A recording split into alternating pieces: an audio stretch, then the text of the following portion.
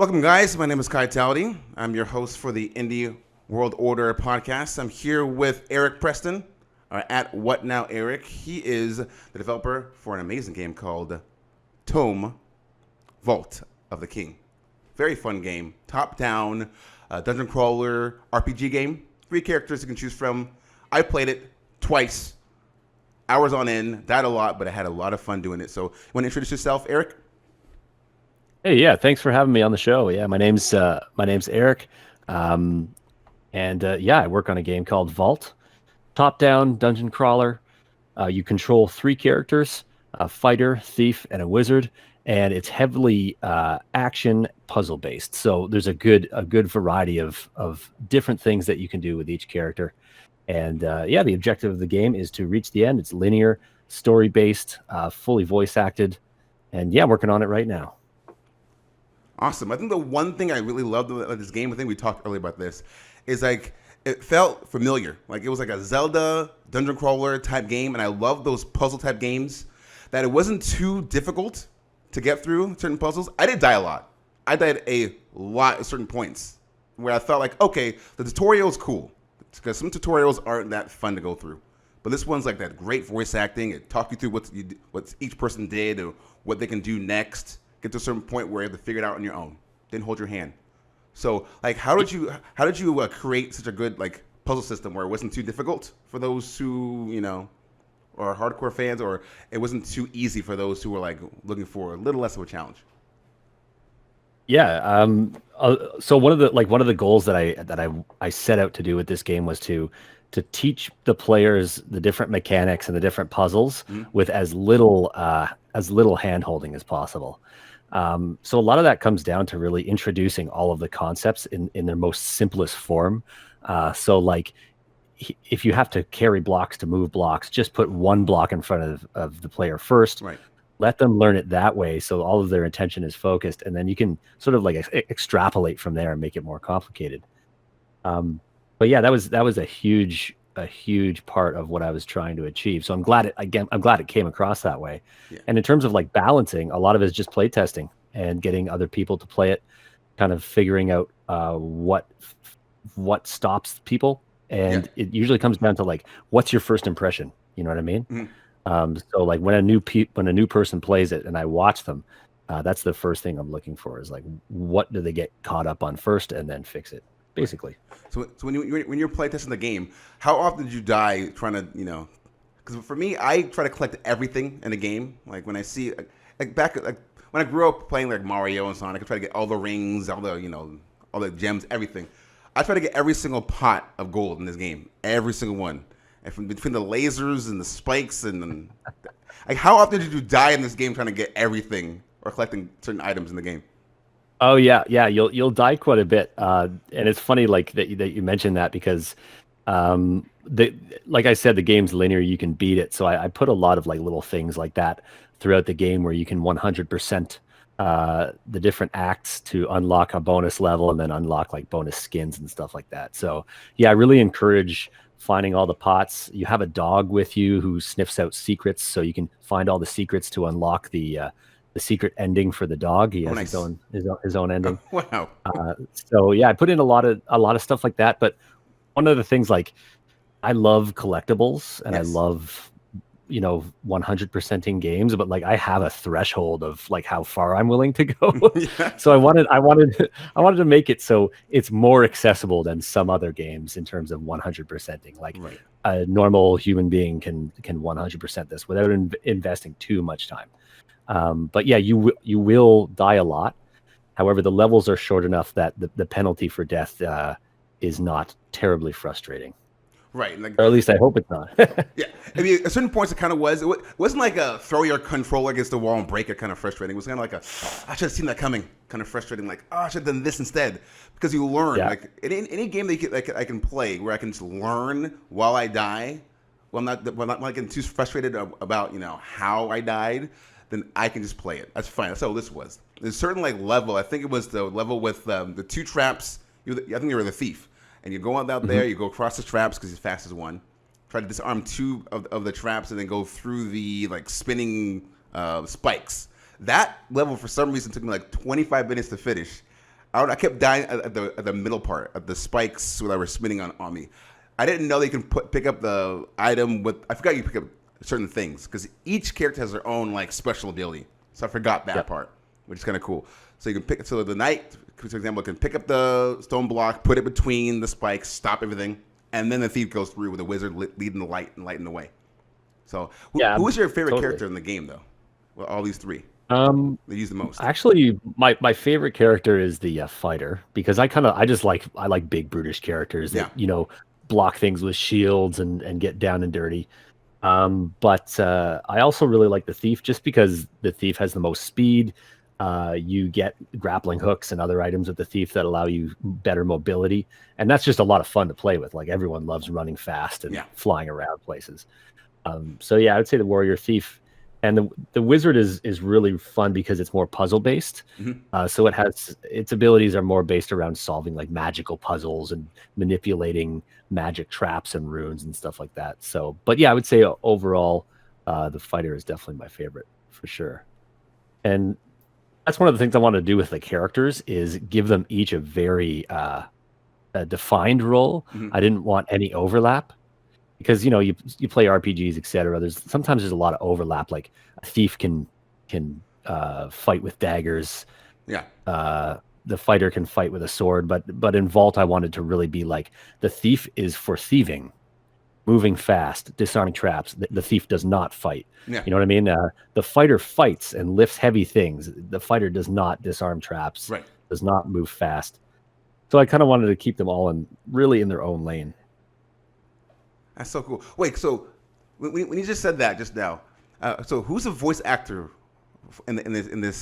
Who's the narrator in this game? Was that you? I do all the voices. Yeah. Oh my goodness. Okay, because I'm like that sounded so familiar just now.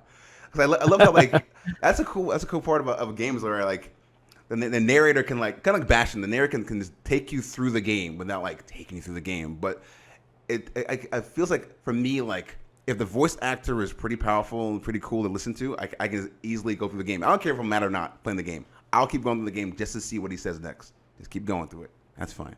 Yeah, yeah, man, totally. Like a lot of indie games, they have a lot of dialogue, so they might opt out of voice acting. But one thing I noticed early on was like players would just skip dialogue and not read it. Exactly. You're missing the story. But at least with voice acting. You can skip the dialogue and the voice kind of continues on in Vault. So you can skip the reading if you don't want to do it, but still absorb the story. You know what I mean? Through the audio. Exactly. Which is important to me. I mean, it's really a story about these three characters making their way through a vault and kind of unraveling this mystery as you go. So I didn't want anything to get missed. Right. So these three characters, are they based on anything like from like lore or like anything like from your past experiences? Because I feel like in these kind of games that feel like story rich at the same time RPG, but the driving force of the game is like the story and who they are and what they can do and the mystery. Is there anything you base it upon? Well, yeah, totally. Like these three characters are sort of like an homage to Dungeons and Dragons in a sense. There we go. I'm like heavily influenced by Dungeons and Dragons. I've played a lot of it. And I wanted to make a game that could evoke the feeling of a Dungeons and Dragons dungeon crawl. And I really wanted to embrace like the tropey nature of a fighter, thief, and a wizard. Like it's used everywhere. It's been around for years. But I really just wanted to like I said, kind of make a game that's just about that. I'm not trying to break new ground in terms of those archetypes. I'm embracing it and kind of like pushing it as far as it can go in that direction. Okay. So yeah, I'd say like Dungeons and Dragons was a huge inspiration. So what kind of character were you when you played Dungeons and Dragons? Because I know I played D&D when I was in junior high school. After school, that was my main thing I did. And funny enough, like our English teacher, he would be the one that set the whole game up. He'd be the dungeon master. He'd have his own like characters he actually created and drew and then he painted and brought to the classroom. So that was our whole like 2-3 hours of the work. Like, who was you? Who was your character? Mine was a wizard. What a teacher. Yeah, he was a cool teacher. I love playing thieves because I just love the I just love, thieving, like the idea of thieving in that type of universe where Yeah, you're being sneaky and you're stealing things and you're helping your party through spotting things soon. You know what I mean? So people don't fall into traps, yeah, etc. I yeah. just find that really cool. It's like a utility role, Right. or it can be at least. The support role, like if one guy's a fighter, one guy's like guy in the way, other guy's like trying to figure out certain ways how to get around certain areas, so keep everyone Yeah, alive. That's kind of cool. totally. Yeah, Yeah, that's what thief is, where the fighter is. True. yeah. I'll go ahead. So that's why I kind of like lean towards the thief. But I love utility type of stuff. I leave like heavy damage dealing to other people. Yeah, exactly. They do the heavy The lifting. wizard. You do the thinking. It's like brains and Yeah, that's bronze. right. That's what it is. It goes hand in Yeah, hand. that's it. That's true. But one thing I saw was really cool in this game, like I really appreciated it, is like I always say this, like because a lot of roguelike games, a lot of dungeon crawler games, a lot of platformer games out there, a lot of them, right? It's like a lot of parody in the industry. Hmm. But if someone can make their game unique in some way, shape, or form, I appreciate it completely. RPG games, a lot of them out there. One thing that was cool is the upgrade system in the game, where you're going through the game, it's taking you through the game, and you see these mice that have their own dialogue, like, "Oh, we love gold," and you give them gold to upgrade your like your armor, upgrade your weapons, upgrade different things. That right there was kind of cool. Like what? Like how did you design that? So whole upgrade system in the game. Well, it's funny because like a lot of the upgrades on your initial playthrough, some of them might seem not entirely useful. They will make the game easier. They'll Mhm. make you die less. They might make you, kill enemies faster. But where those items really shine is on your second and third playthroughs, and when you start trying to 100% the game, or you Mhm. start trying to speed run the game, that's when a lot of those items and the items that you choose really come into play. So I just wanted to make the item system very simple and accessible, something that you can access quickly. And I didn't want to make the builds, too complicated because really the game is about like the puzzles and your mechanical control. So yeah, trying to fit items in that framework was an interesting challenge. Okay. Yeah, so I'm glad it's coming across. Yeah, it was really cool, and also it was like to a certain point where I got I think I had the armor protection after like the Hmm. second or third run through, and I noticed one thing that was cool was that the game did focus on puzzles. Like the game made you think and how to use characters because you can use different characters certain ways, but different ways to solve all the puzzles in the game in the demo, which I liked a lot. A lot of variation to solving puzzles, and the upgrade system didn't like make you OP because some players. I'm guilty with this myself. I'm sure you have been where you play a game that's RPG focused or puzzle, and you become so strong in the first like 5 levels, you're like, why play anymore? But this Yeah, one's like man. it got you through enough to give you a second chance at certain like you fall through the pits, come back where you stand, and you keep going. Yep. So it gives you a little bit extra to get through certain difficult places. I like that a lot though. The game that was really cool. That's awesome. Yeah. Yeah, because that's actually like a bit of a pet peeve of mine with games is where you start a game, you get to a point of power, and then you're in the loop, right? Yeah. And you can recognize the loop, Hmm. and it's not really introducing much other than maybe new enemies or new environments, and that really bores me quickly. Yeah. So one of the things that I set out to do with Vault is like always be introducing new mechanics the entire way through the game, so you're never settled into a loop that will sort of like allow you to get bored. Exactly. So it leads to a very sort of like compact experience, but it's not an experience that will kind of like become a drudge or repetitious. Yeah. Or it becomes so difficult, it's like a pain to get through. Like, this again's like a chore. Yeah, But it's like totally. Yeah. it's like it's familiar. Each level's like familiar enough, but they give you like a little bit of new challenge. Like you said, building blocks. Like little new challenge here, the lasers, and another new challenge here, the 4 block puzzle with the lasers that connect it, and another one where the spinning, one set of spinning spikes, then 2 sets, then 4 sets. It slowly gets you better and better the game, which I like that. So it's not like you go from like, 1 spike and then here go through 100 spikes spinning in your face with flames and Yeah. laser everywhere. Now good luck. Like it wasn't. That's Yeah, not like trying for that. a smooth difficulty curve all the way up, and Yeah, that's all like through testing and stuff that I ironed that out. I tested a ton. I got a bunch of close play testers that really helped me out a lot. They're great. nice. They have lots of great suggestions. So yeah, we've been able to get the difficulty. I feel like a nice curve because I don't want it to be too easy either. Oh yeah, exactly. Where the people's You like, know, that's boring. Next yeah, game.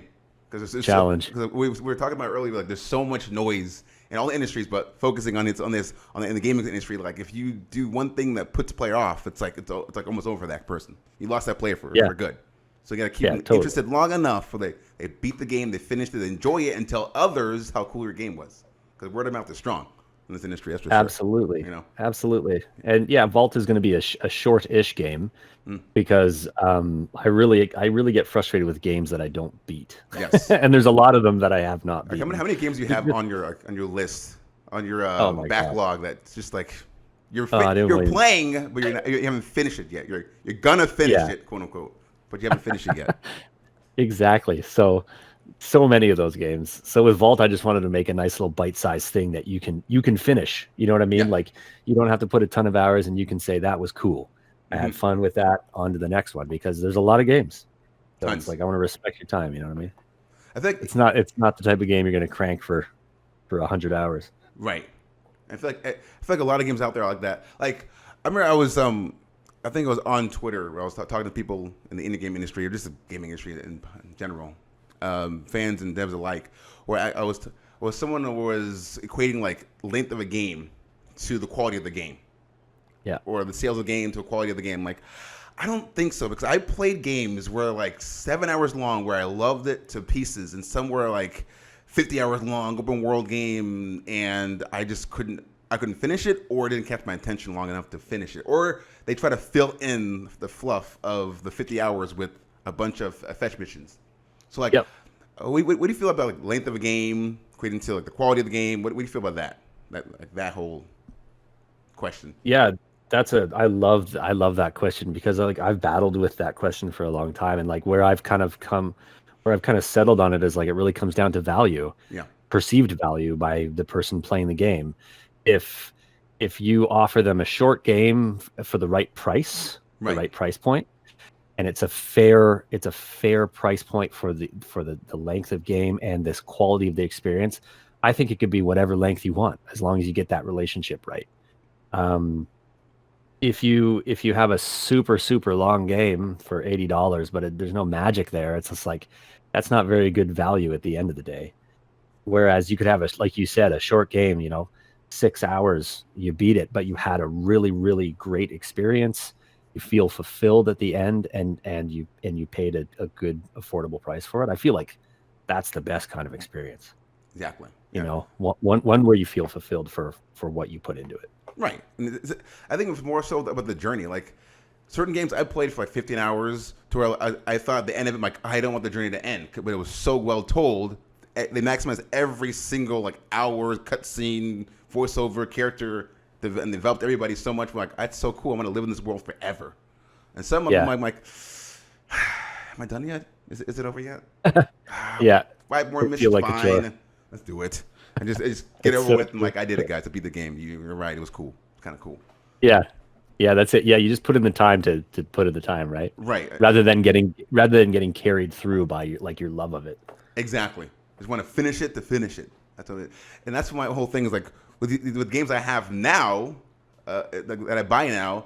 I buy more bite-sized 10-hour or up to 10-hour, maybe dipping into 15-hour games that I can actually finish in like a week or two. Because when you get more responsibilities, you get more. I don't call it old. I call it season. More season in life. Then I it's like it. harder to play the big Skyrims and the all the big outer worlds kind of games. It's so much content out there, so Daunting, you can man. It's sit there, daunting. right? Like what's some of the games like that you started but didn't finish? Like what's one game you started and didn't finish? Oh well, the most recently, Cyberpunk, Yep. for sure. Great game. Yeah. Liking it so far, but again, it's massive, It's and there's all huge. these other games that I play. Like I've got my regulars that I go back to. You know what I mean? Like Yep. the free to play games that I play with my friends, and then I'll play the titles like the single player games and stuff like that. But like that's a game that I'll definitely take a chunk out of, but like I'm probably not going to finish it, to be honest. Yeah. Between all the stuff, I play Magic cards too and all that stuff. So Oh, like, nice. I've got a lot of games on the go. So that would probably be the most recent example for sure. Yeah. But yeah, like you said, like games, little bite-sized games where you can get a flavor, like a really nice, quick meal. Yeah. I mean, to put the food metaphor to it, Exactly. and then move on to another one. You know what I mean? I'm liking that more and more these days too. Yes. So far, I've finished like 3 different indie games over the Christmas break, between Christmas and Thanksgiving break. I'm like, oh, I feel so accomplished. I beat him finally. Yeah. I did it. I got now to tackle 600 more games on my Steam list, and I'm gonna be good to go. I'll be accomplished for Exactly. life, which probably won't happen, but still, I'm trying. Yeah, you gotta work your way through It'll happen one day. slowly When but I'm surely. 800 years old. But like, so for this game though, one thing I noticed I liked a lot about the game, going back to this Vault Tomb of the King, is the lighting in the game. Was just I don't know what it was, because like, it made everything like the lighting and the music. It felt very mysterious. Like certain parts of the game were in the beginning.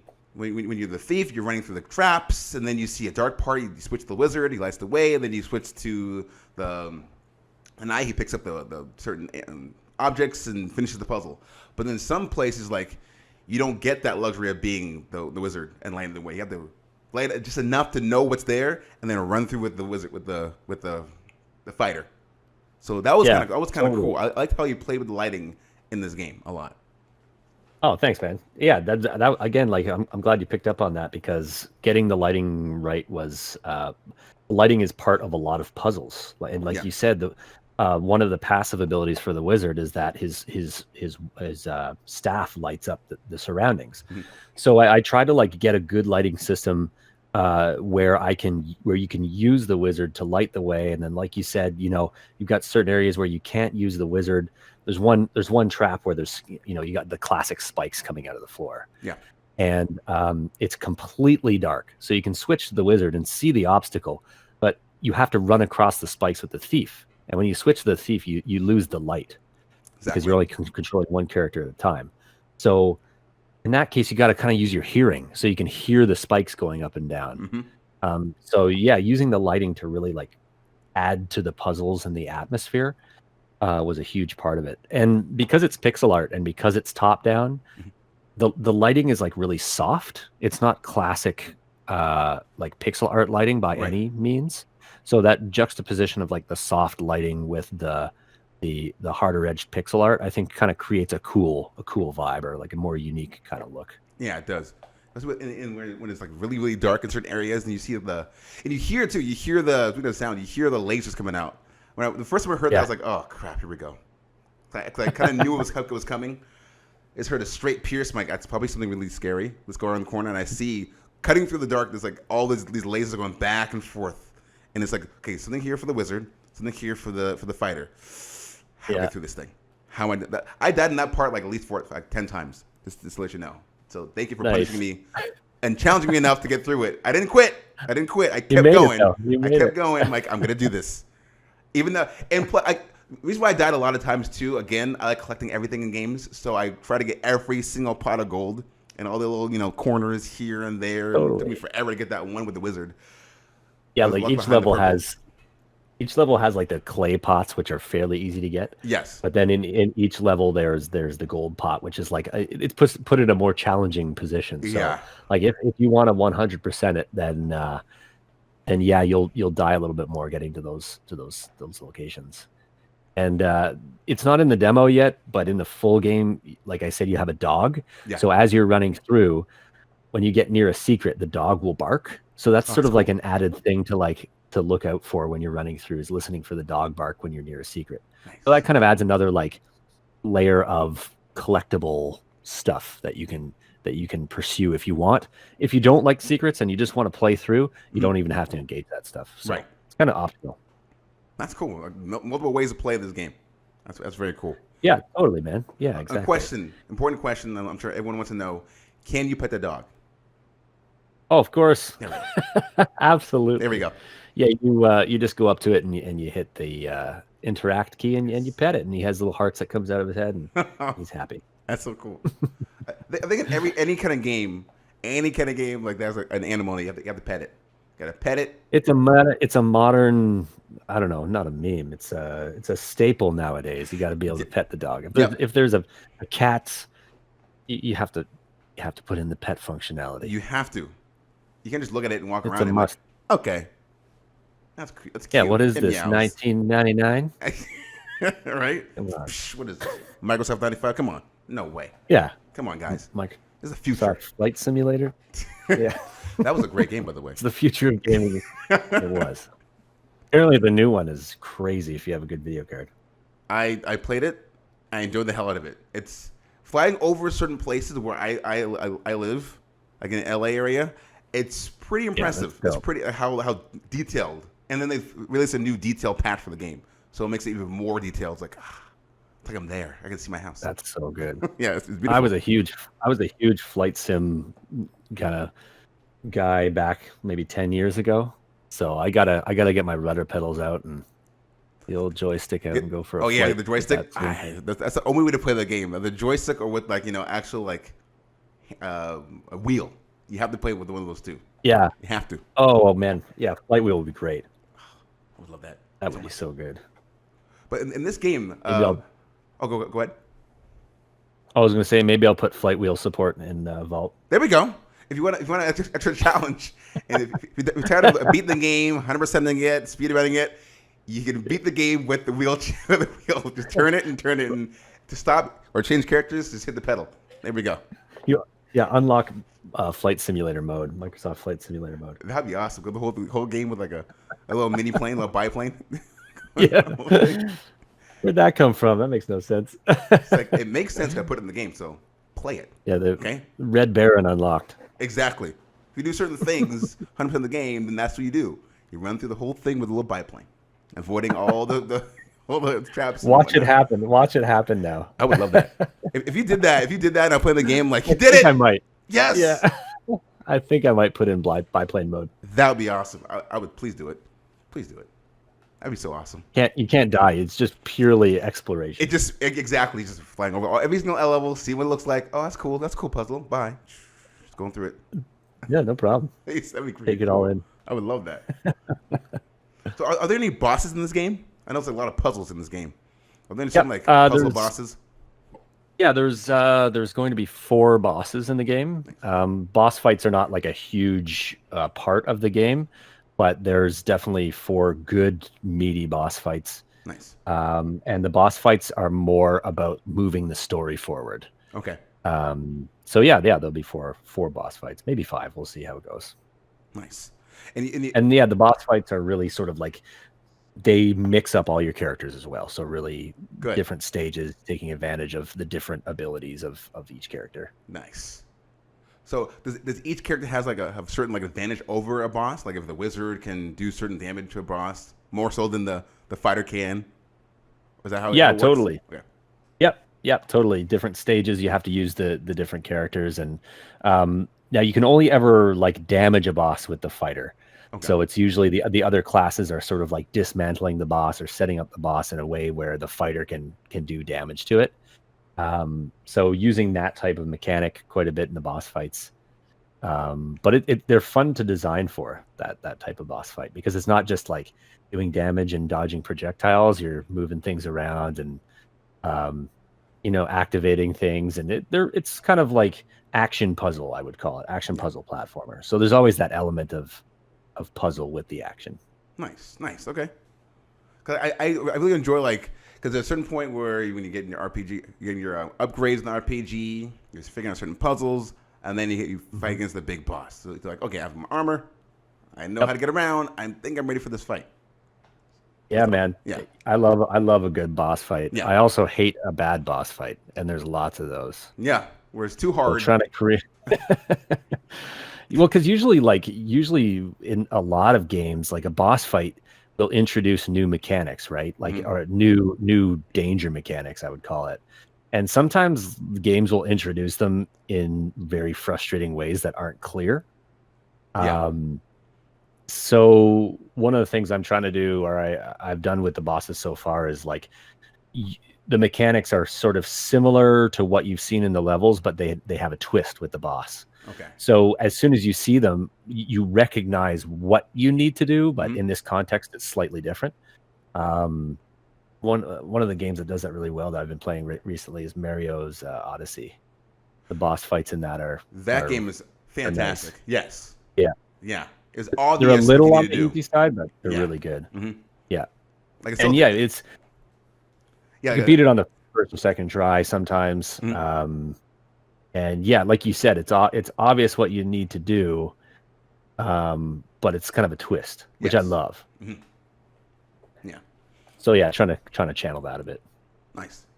I get because Mario's Odyssey is one of those games where like it was challenging, but you saw where you needed to throw the hat and go this way and that way.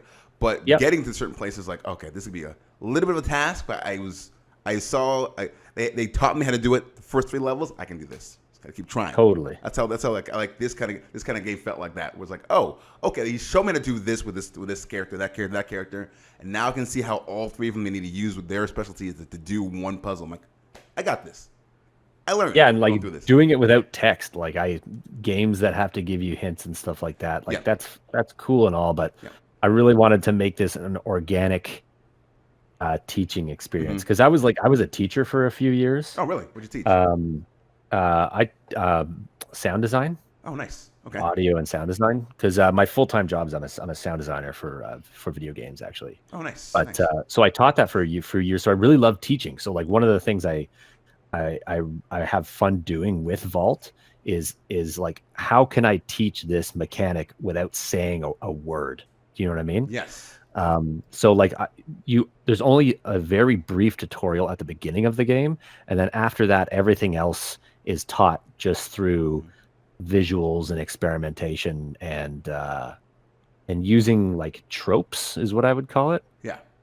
Because Mark Rosewater, one of the designers for Magic cards, he always talks about like the strength of using what people already know to teach them something. Right. And he was talking when I watched his talk, he was talking about like this set called Innistrad where they had vampires and werewolves and stuff Mhm. in the Magic set, and he was saying, oh well, everybody knows vampires suck blood, right? Right. So there were certain mechanics that they introduced that people sort of already knew how they worked just by them being vampires. So I kind of embrace tropes in that way and using things that people might have already seen in other places to teach things that kind of people already know just through having played video games. You know what I mean? Exactly. Yeah. So if you played certain like dungeon crawl games before and puzzle games before, like okay, I don't need to retell you this, or Yep. treat it like you're a baby. Like this is how you jump, this is how you move. Like you know that, but here's a spin on it. Now try to figure it out on your own. Like having enough to the player where like they know how to use a character, Yep. but not like babying them and holding their hand through the experience. So they can figure it out on Absolutely. their own. That's a really key part that I felt like this game did very well. Like it was like, oh, Awesome. okay, you're here now. I'm here now, so I know how to do this. I know it's a difficult place to go through, but I have the tools now enough so to get to this one part. Might be hard at first, and that a lot, but then I got through Yep. it. I'm like, oh, cool, did it. Yeah, and you Nice. teach yourself, and you sort of feel like fulfilled at the end because you learned it. You know what I mean? Right. You learned something, and you overcame the challenge without being babied too much. Or Exactly. like how many times have we played games where you step in the fire and then it's like, oh, careful, fire's hot. It's like, well, yeah, obviously. Oh, I really? need to tell you that. Yeah. Breaking news. Yeah. Fire is hot. It burns you. Don't touch Wow. Don't touch that. Oh, you're losing health right now. it. Exactly. Like, that's Yeah. when it pops Thanks, up. Like Ken. when you lose health, press this to get your health. It's like I can see Yeah. that on the screen. I mean, how many games have I played before? Yeah, food usually heals you. I'll try eating the food. Like there's been some games that where I played where like I know, like I had to like outwardly say like I know, I get it. It's like some things you can explain the story to me. That's fine. You can explain like certain areas like where to reach, where to go. Fine, cool. Show me where to go. But like tell me every single thing through a tutorial. That's why I said tutorials for me got to be like enough to explain to me what's going on, but just let me go around and try things on my own, a little bit here and there. That's what I like about this game. That's the fun, right? Is like where you get to try stuff and you get to learn. Like, no one really wants to read a textbook when they're playing video games, Right. I mean, I love reading lore, but I don't want to read like how-tos unless it's Microsoft Flight Simulator. Exactly. That, oh my gosh. Then I'll figure out how to fly those planes. It's like an hour and a I'll read half. the manual. I mean, it's good though. It's like an hour and a half to 2 hours of like learning how to do things, how to turn, how to, drop Totally. your wheels to land, how to land, where to land, what things mean on what dial. It's very in depth. Have But you ever played Elite Dangerous? I have, yes, I played like 2 years That's ago. one of the things I loved was like learning how to take off and fly and move, and like that was such a fun, rewarding part of that game. Yes, because after you learn everything, like okay, now I have all these things that I've learned. You try it on your own, you've crashed 2 times, whatever. But once you learn and how to kind of fly through the space, it's like wow, I press this button, automatically just press that button, try this button, and then you're already flying. You're like pretty much, it feels like you're flying through space. And VR makes it more, more immersive. But that's a cool thing. I really want Those to play two that games. in Yeah, VR. yeah. Oh man, I would love it. My friend has that game on VR. I'm jealous. Says this different. It's like I you am try too. to try it on VR. It's a different experience, man. I'm like, I'm sure it is. I'm sure it is. The game alone is already cool. Don't rub it but in my face. I know. It's like, oh my god, it's like I'm in space. I'm like, I know. I want that one day, but if you can give me $300, I'll do it myself too. Okay, Yeah, exactly. Yeah, just hand over the goggles. just do it. That's fine. I mean, borrow it for and I give it back to you before it's missed. I'm not stealing it from you. Yeah. I'm borrowing it before it's missed. That's a rule of Yeah. the world. That's how it is. Yeah, exactly. Yeah, those kind of games that take hours. If they take hours and hours and hours and make sense for them to take hours. I want to learn for hours how to fly a plane or fly like a spaceship because that's what in real life. If you were a space, if you were like a space cadet or if you were a pilot, you don't sit down for like 10 minutes. Okay, I'm done. No, you got to learn every single thing about your plane to know. Don't crash this plane for you or the people on board. Don't do it. Put down your landing gear, man. When you're landing, just got put it. down the gear. That's it. Flaps. Press the button, get the flaps out, right? Brace for impact. Boom, Put your nice nose hard up. landing. You're good. Exactly. Decrease throttle. Don't overcorrect too much. Yeah, Exactly. Yeah, you That's got to it. know all that stuff. And it's Those type of games are like immersion factories. Yes. Like you just get lost. Yes. I love that style game. imagine playing that game in VR, like playing Flight Simulator in VR, where everywhere you look is like it's the plane. That'd be the coolest thing in the world with high detail of graphics. Oh, that'd be beautiful. I would need food within like reaching distance. Or just put an IV in. At all That's all you times. need. Just put an IV in, keep playing. Yeah, You don't need- you don't even need to eat. Who needs Just like chew Who gum. has time for food? Exactly. Get your just favorite for bubble flavor. gum, or just put an IV in. That's all you need to do, and then play. Put the goggles on. You're good for at least 5 hours. Just get Leave me that alone. like gum from Willy Wonka's factory that changes flavors. yes. Well, the everlasting gobstoppers. Yeah, that's it. Yeah, that's the one. Yeah, it's not gum. There we go. I'm a huge nerd for that movie, by the way. I've seen it like 20 times in the past 2 years. It's great. It's masterpiece. I'm surprised there hasn't been like a Willy Wonka style game yet made. Maybe there has. I'm sure there has been. Yeah, yeah. Just you're in a candy factory. I don't know. Trying to get lost, or maybe it's an open world factory. Just try different things. Do this, blow up like a big balloon. You eat the blueberries, or you go on the chocolate river, or knock a couple of things down, and for a bunch of conveyors fall down. It'd be kind of fun. A big That'd be playground. cool. I'm sure Yeah, Minecraft man. has it. And you can make different types of candy and experiment, sell it to people, improve your factory. Wow, that'd be a good idea for a game. Candy factory. That'd be a great idea. A candy factory game. I know they have like arcade games and startup games, indie games. That'd be a cool game. Like you just create certain candies, give it to people. If they want sweets, give them sweets. Want sour, give them sour. Totally. Huh. Yeah, you see what sells, what doesn't. Yes. And some of them cause like horrible things, like people turning into giant blueberries. That'd be awesome. They come back. Look what you did with my daughter. I'm like, I'm sorry that she ate. The batch that was not supposed to go out into stores. Okay. Yeah. Let's try this Told you again. it was the beta version. Yeah, it was the beta gumdrop. Exactly. It says right on the wrapper in very small print. Beta drop only. This is early access candy bar. Don't eat it. Don't sue us if you eat it. If anything happens to you, I'm sorry. I might glitch out. Final sale. Yeah. It's okay. It said early access on it. Sorry. It's not full release. That'd be kind of cool. I would love that kind of I game. think we got something. Yeah. I would love it. I'd love to be a consultant on that game for you, with you. You and I, 50-50, be great. I would love Done. it. I would love it. Sign the contract right now. Boom. Signed. Microsoft Candy Factory Simulator.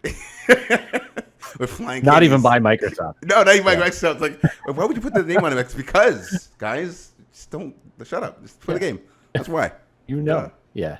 And of course, in that game, like in any game you make in the future, has to have a biplane or some kind of like 757 plane simulator where you can fly it around the whole shop. Just fly it. Why? That's like the vanity shot. Like after you've done a lot of work, like you can take the biplane around. Yes. And just fly around. And check out what you've made. Totally. So look at that. Yeah, that right there is my factory for gummy bears. That right there is a river. That right there is a gumdrop station. Like all just flying over everything, showing everyone what you've that's done. That's where the kid got sucked up the chocolate pipe. Augustus, no. We don't talk about that. Oh, poor kid.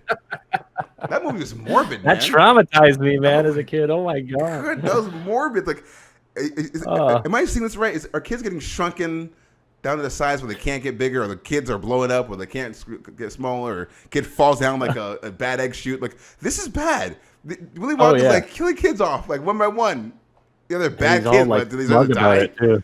Yeah. He's like, oh no. Oops, it was their fault. Oh, you shouldn't have been drinking out of my death chocolate lake. Right.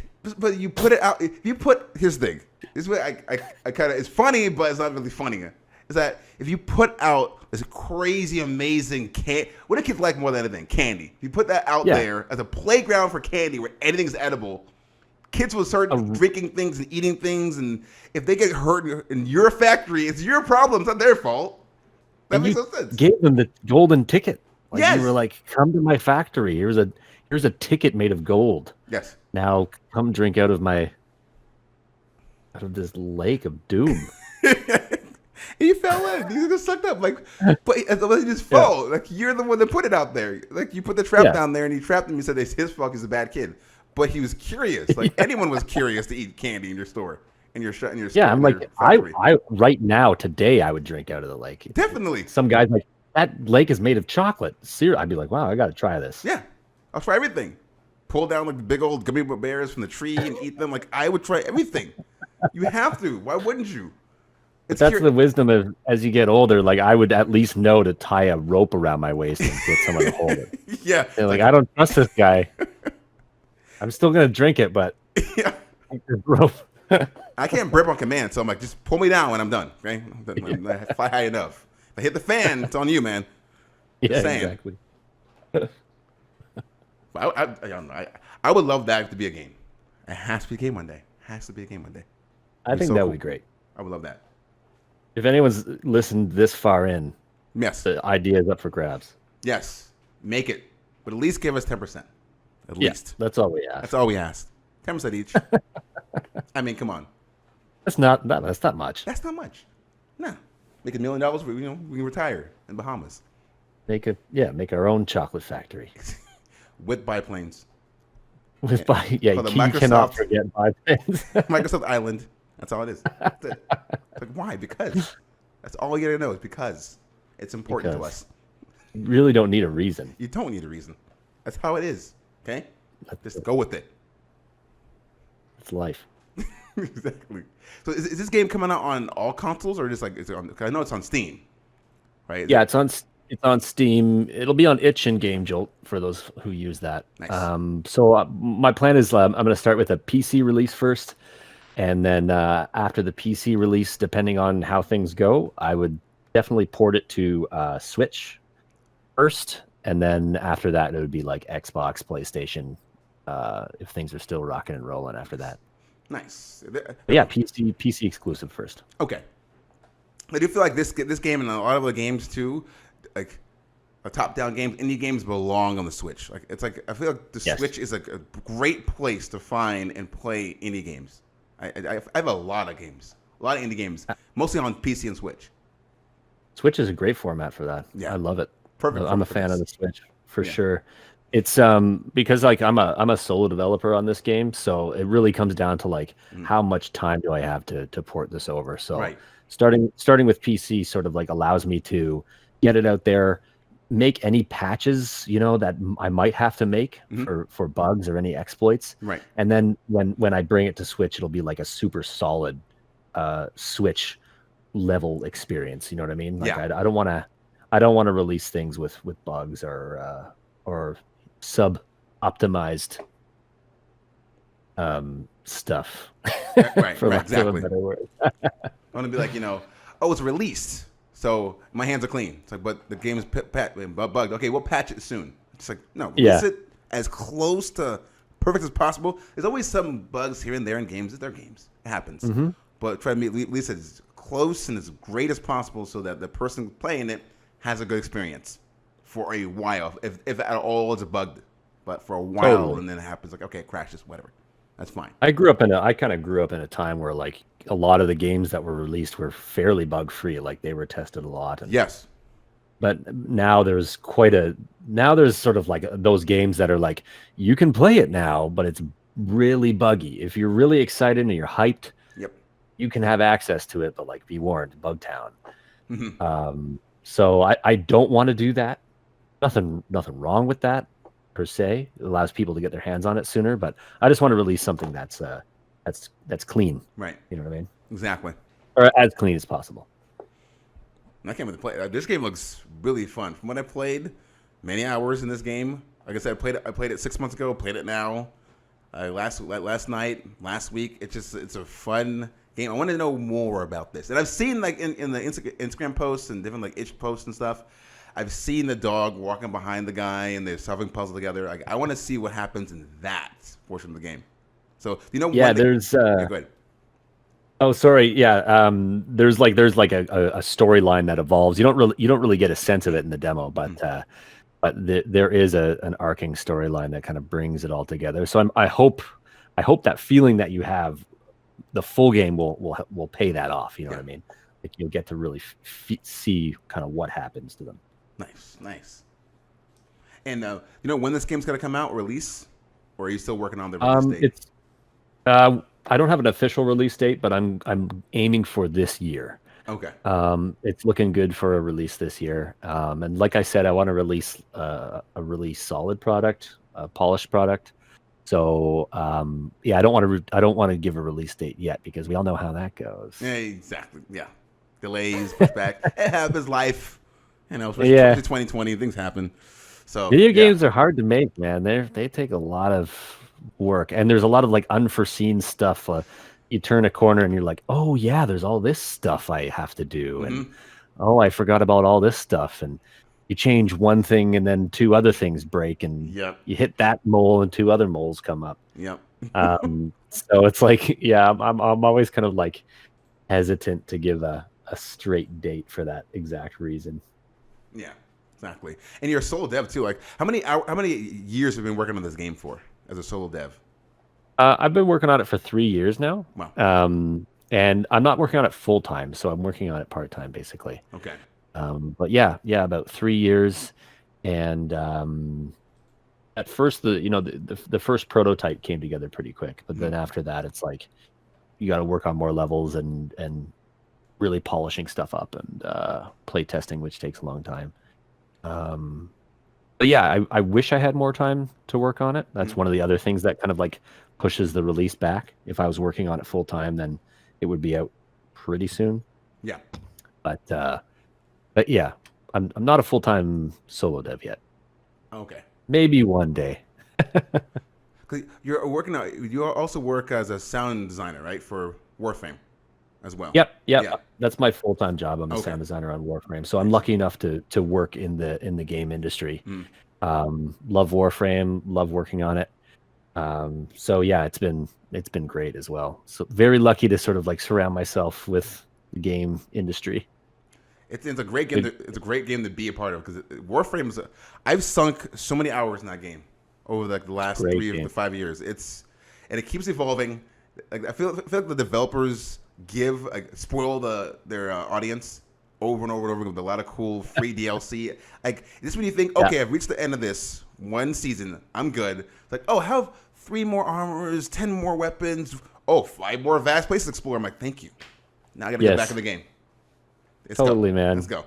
really passionate group of people who just Yes. want to offer a really cool game. And like you said, it's come so far since it was introduced. Yeah. It'll be cool to see where it goes in the future too, because there's so many possibilities. It's such a big playground, right? Yes. Yes. Especially with like the So PS5 and Xbox One S. Like, what will they do with the future consoles now? yeah, They can do so much more with the new technology they have in hand. So, I'm excited to see what they do, especially on PC. I mean, PC is hand in hand with Xbox One S and PS5, but still, like, I want to see what they do next, because this game, every time I jump into it, it's just I it's work always on fun. it, and I'm excited to see what they do. Nice. Any hints Yeah, on what they're working on?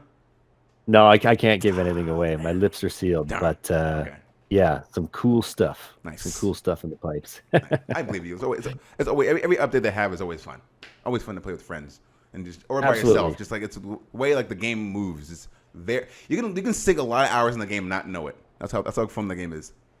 Yeah, the core loop is really solid. Yeah. Absolutely. The gunplay movement set feels great. So good. Yeah, I mean that's really ultimately like if you can nail that like 5-second loop, you know what I mean? Yep. Then you've got a game. Yeah. And Definitely. they definitely nailed that from the beginning. I think that's one of the things that really like allowed Warframe to sort of spread its wings. You know what I mean? Yes. Yes.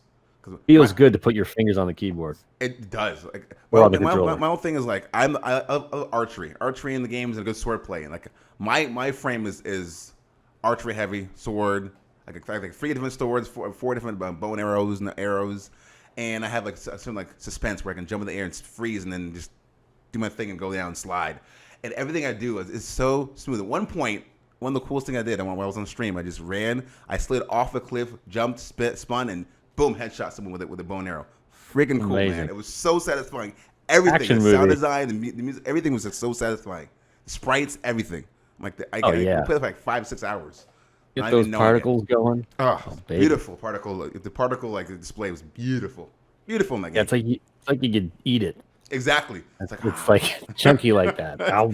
It's so beautiful. It's like and even the stealth kills too in that game. You make it feel like a ninja. Like I didn't know that was possible. Like one of the updates, I didn't know was a possibility.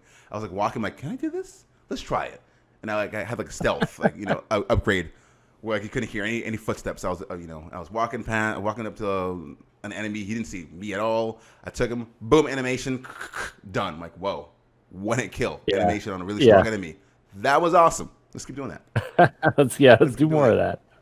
So yeah, that game it's just so fun. So yeah, you're lucky you're with great people. That's a great game, and now you have a great game coming out. Vault Tomb of the King. It's so fantastic. Coming out in 2021, hopefully soon. Or no, what? No, take your time. Take your time. Hopefully soon, but I will take my time. Yes, hopefully soon. But take your time. Yeah, that's perfect. Yes, because I don't want anything rushed, and I don't want the game to be buggy. I want the game to be awesome, enjoyable. I want people to play it. I want people to enjoy it. If you haven't already, guys, make sure you play the demo. Do you know? Can you tell me where to get the demo or play the demo? Yeah, you can go to the website www.bravethevault.com, and there's some links there to the Steam page, the itch page, or the Game Jolt page, or you could just go to any of those and search for Vault Tomb of the King. Nice, awesome. And in your Twitter, you can play your Twitter too. Twitter, Yeah, my Twitter's media. Yep, Twitter is @BraveTheVault, and Instagram is also @BraveTheVault. I also have my personal Twitter account, which is @WhatNowEric. So yeah, follow along if you want to be part of the journey or you want to support the game. I would really appreciate it. Awesome. Game's great. Fantastic. Awesome conversation. Thanks for being here, part of the Indie World Order podcast. IWOCON Digital Convention coming soon. We don't have a set date yet. It got pushed back because of 2020 and COVID. But hopefully we have tons of great, awesome developers and indie games to show you guys, including this one, Vault Tomb of the King with Erich Preston. It's fantastic what they're planning right now. Can't say too much. Just know if you're an indie game fan or video game fan, you will love it. But that's it for today. It's been Indie World Order podcast, guys. I've been Kaitality. We had a great time, guys. Thanks for the conversation, and I'll see you guys later from Indie World Order. Signing out.